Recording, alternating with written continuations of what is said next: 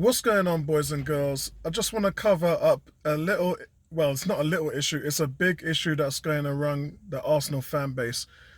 We have for months been arguing about how poor and how bad and how limited our midfield is. It's the biggest problem area in the team. And regardless what anybody wants to say about the midfield or whoever plays in the midfield, they're not getting the job done. And they haven't got the job done. And that midfield, among the rest of the team, has had 3 managers sacked and nearly had Arteta sacked if it wasn't for a few changes that he made at the turn of the year. The team finished the end of the season with a 5-game winning streak with a midfield that consisted of a fit and healthy Thomas Partey, Smith Rowe, and El Nene. That's how they finished the season. So let me walk you through why this is frustrating a lot of people in the fan base right now. He who should not be named didn't play a part in that 5-game winning streak at the end of last season. He who should not be named was recently in the news about possibly will be staying at Arsenal or is staying at Arsenal. So here's the frustration. You've come out of having the worst midfield in the league, in my opinion. They're the worst off the ball in terms of pressing, in terms of ball winning, in terms of the range, the pace, everything that's on around the board. We get the rings run around us on a weekly basis. So let's leave that there for a second. The whole purpose of this summer, this is the frustration. I've just put it out clearly. This is nothing against any players. This is just the factual part of Arsenal trying to improve their team. In order to do that, your number one role this summer was to increase the talent in the midfield. That's it. Let's not mention any names. This isn't going to be about name calling. Some people might be frustrated about the names and the fact that some people might be invited back, and the fact that, let's not just say it. Willian, Xhaka, all these people, Bellerin, they ain't going anywhere at the moment. So I get the frustration. But the biggest frustration is you've spent £76 million and you've brought in 3 players and not one of them is a solution to start next to Thomas Partey. Long term, I think the solution in terms of the holdings could be a Willock and a Lokonga. I think a lot of people, even now on Twitter, I've been seeing a lot of Arsenal fans saying, and with Brentford, they would love to see Willock and Lokonga grow into the roles. But what's happening in reality is that fans are now seeing that there's a strong possibility, now that Thomas Partey has been injured and the injury isn't as bad as we first thought, but there's a strong possibility that we could open up the season with a midfield of El Nene and Xhaka. So what does that tell you? First, that tells you that you're not giving the young players a chance in that spot, because you've got a Joe Willock who you can send away on loan again and he'll score another 10, 15, maybe even 20 goals. And how is that going to benefit you when you're Arsenal? Yeah, it's going to benefit Newcastle or some other team, but how is that actually going to benefit you when your midfield, the current midfield as it was, between Partey, Ceballos and Xhaka last season, you had 2 or 3 goals. Lokonga got 3 goals by himself. He was a captain of Anderlecht. He had 3 goals by himself. Willock had 7 goals in 7 games. He outscored our entire midfield. But that's not the frustration. The frustration is that this team's one job was to go out there and improve the midfield. And so far, we've seen none of that. We haven't seen any of that. The guy you brought in for the midfield is a long-term project who could play a big role this season. Not is. And is he going to start against Brentford? No. He's not going to start against Brentford. So you've gone through the better part of the transfer market and failed to land a target to play next to Thomas Partey. That's the frustration. And you were already suffering with the midfield that you've had for all these years that everybody knows is not good enough. Even the ones that are pro Xhaka are saying he ain't good enough, but at the moment, he's a stopgap. A stopgap. A stopgap is not going to improve your team. El Nene, a player that I like, but I put my hand up and I'll be the first one to say he ain't the solution. And he definitely isn't going to improve your team. So I get the frustration, guys. I really get it. I'm baffled, I'm surprised, and I would be shocked if we open up the season with these two guys playing holding midfielder.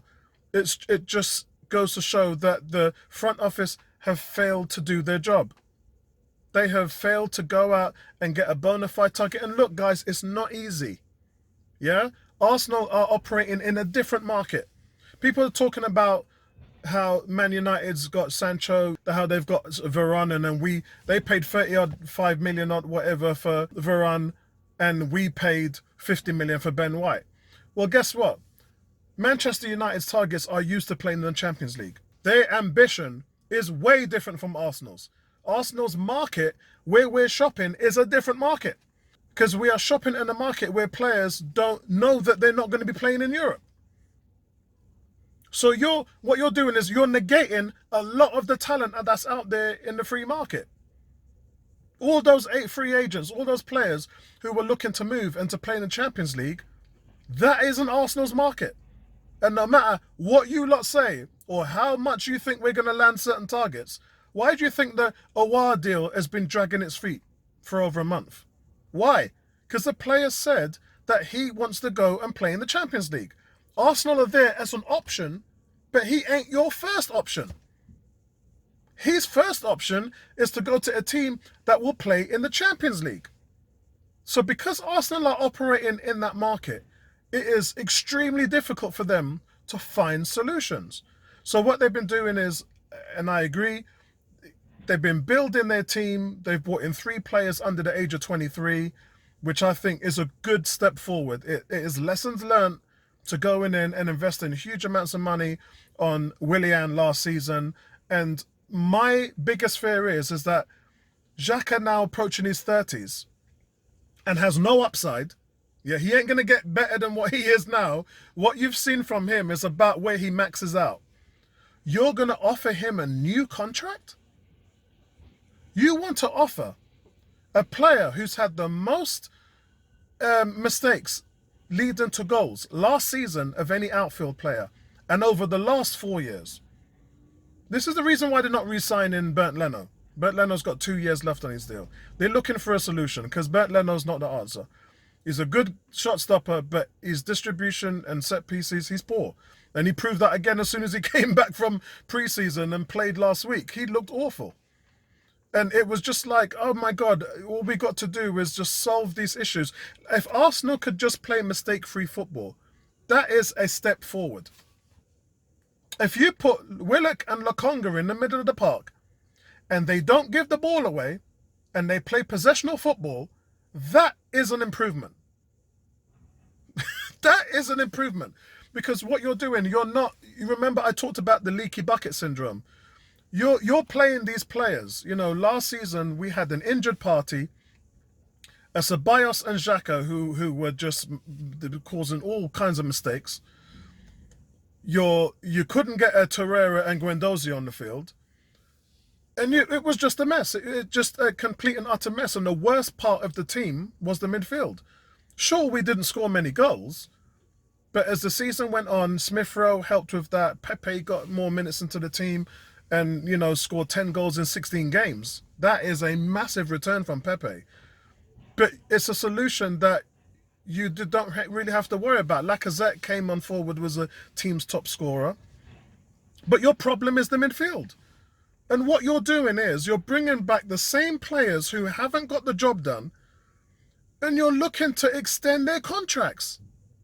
We talk about Willian, who you're giving a new contract to and hasn't produced nothing, and you're willing to do that with Xhaka.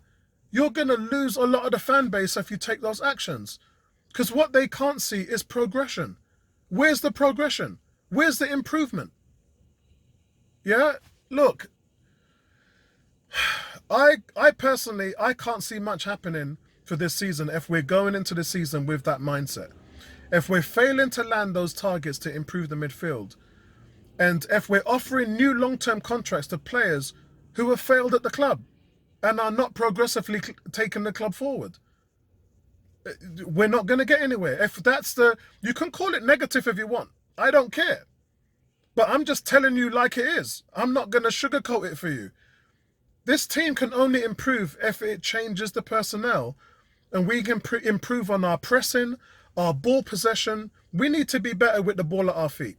We need to be better when we're getting rushed. We need to be better on the counter-attack. Be better in creativity to our front players. And all of that spans from the midfield. And if you do not increase the talent in midfield, all those 4 phases that I talked about will not improve. That is a fact. Because years over years, it hasn't improved.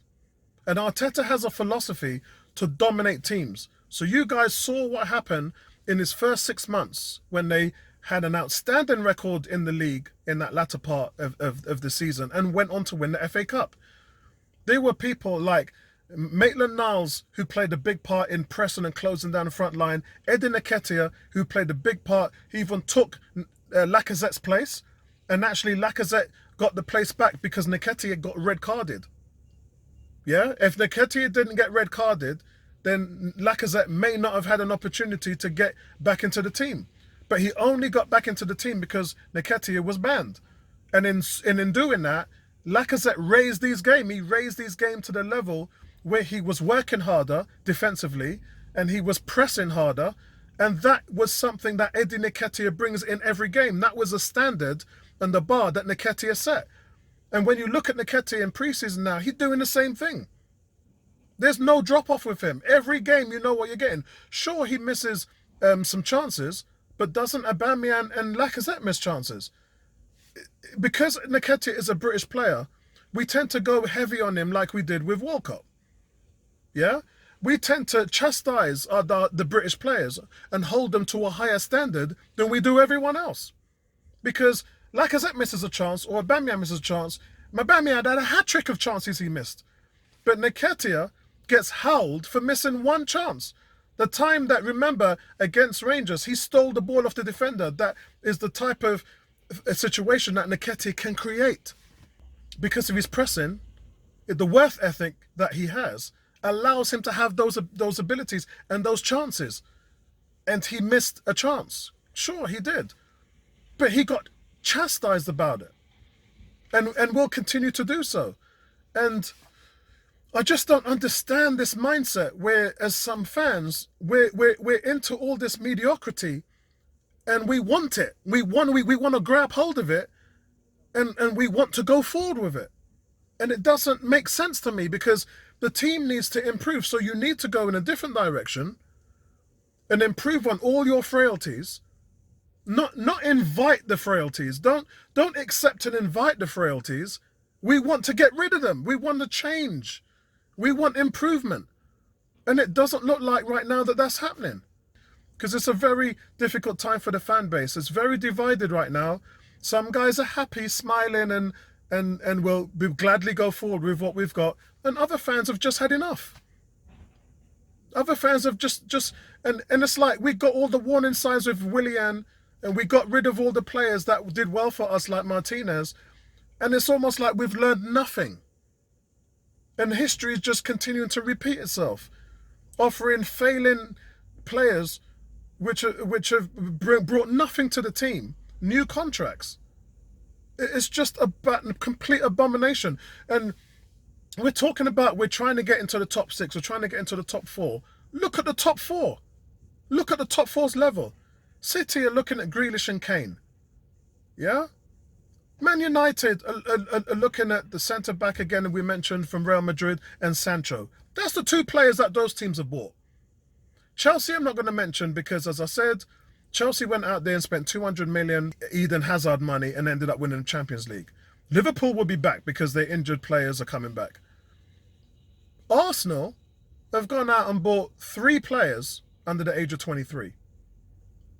2 of them are development players, and one of them is a player who's just had 30 Premier League games and has a lot of upside and is one for the future. Ben White is Premiership ready, that could be arguable, but I think he's Premiership ready. He's played really well, done well for Brighton, has got 30 games under his belt. He's not a vastly experienced Premiership player, but we've seen what he's done, and he too has broken into the England team. Yeah, Niles did last season, and we crippled Niles, and now Niles didn't even get a call-up for the Euros because Arteta just didn't play him. We sat on him for the first half of the season. Second half of the season, he was like, what the hell am I doing here? I'm off. I want to go on loan. I'm out of here. So right now, I would be hard-pressed to tell you that this team has improved. Yeah? I'm just being honest. And if we have improved, where have we improved? Show me one phase of the game, whether it's attack, defense, midfield, goalkeeper. You tell me where Arsenal Football Club so far, remember, so far, because the rest of the transfer window is still open, we could surprise and bring in other players. But you guys tell me where we have improved this summer. And I'll leave it right there. Peace. Right back at you guys. Speak to you on the next one.